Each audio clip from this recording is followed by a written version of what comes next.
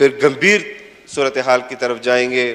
میں پر امید ہوں اور میں چاہتا تھا کہ میں چند اور لوگوں کا بھی نام لیتا کہ آپ ان کو بلائیں اور ان سے پوچھیں کہ آپ استعفیٰ دیں, آپ نے استعفیٰ دیا ہے یا نہیں دیا. لیکن ایک آخری گزارش آپ سے کرتا ہوں کہ پچھلی حکومت میں جو کیبنٹ کے ارکان تھے اور اس قومی اسمبلی کے وہ اراکین تھے, ان کو ضرور بلائیں کہ آپ لوگوں نے استعفے دیے ہیں یا نہیں دیے. شیخ رشید کو بھی بلائیں, فواد چودھری کو بھی بلائیں, اور اس کے علاوہ شیری مزاری کو تو سب سے پہلے بلائیں, اس کو سب سے پہلے بلایا جائے. اور جو فین کلب ہے عمران خان کا, اس کو بھی ضرور بلایا جائے. آج ان کے یہاں پر اراکین نہیں ہیں, ان کے آپ پاکستان تحریک انصاف بعض امیر لوگ بیٹھے ہوئے ہیں, اور وہ علی اعلان کہہ رہے ہیں کہ ہم اس قومی اسمبلی کے رکن ہیں اور اپنے لوگوں کی نمائندگی کر رہے ہیں. اگر کوئی شخص یہاں مستعفی ہو چکا ہے تو اس سے آپ تحقیق کریں, ان کے حلقوں کے لوگوں کو ان کے نمائندے سے محروم نہ رکھیں, فوری الیکشن کا اعلان کروائیں, فوری انتخابات کروائیں, اور ان کے حلقوں کی یہاں نمائندگی ہونی چاہیے. یہ مذاق اب اور نہیں ہونا چاہیے. اور مجھے یاد ہے, آپ تحقیق بھی کر سکتے ہیں کہ جب وہ خورشید شاہ صاحب موجود ہیں, انہوں نے کہا کہ ان کو دوبارہ آنا چاہیے, اور انہوں نے خورشید شاہ صاحب کی لاج رکھی, وہ آئے. اس میں 34 ارکان تھے غالباً, جس میں 32 اراکین اسمبلی نے اپنی تنخواہیں قومی خزانے میں جمع کروائی. 2 اراکین ان میں ایسے تھے کہ جنہوں نے ان 126 دن کے مراعات اور تنخواہیں بھی وصول کی. ایک کا نام مجھے نہیں آتا, لیکن ایک کا نام عمران خان ہے. ایسا نہ ہو کہ استعفیٰ کرتے رہیں اور پھر سال کے آخر میں آ جائیں کہ ہماری تنخواہیں ہمیں دے دو, ہمارے مراعات ہمیں دے دو. اگر مراعات اور تنخواہیں لینی ہے, یہاں آ کر آرام سے بیٹھو, اس ملک کے اپنے عوام کی نمائندگی کرو. خرمستیوں کی تنخواہیں اب قومی اسمبلی کے کسی رکن کو نہیں ملنے چاہیے. میرا یہی آپ سے گزارش ہے کہ آپ اس پر تحقیق کروائیں, اور یہ آپ کا پہلا امتحان ہے. اللہ تعالیٰ آپ کو اس امتحان میں کامیاب کرے. ہم آپ کے لیے دعا گو ہیں. وآخر دعوانا الحمدللہ.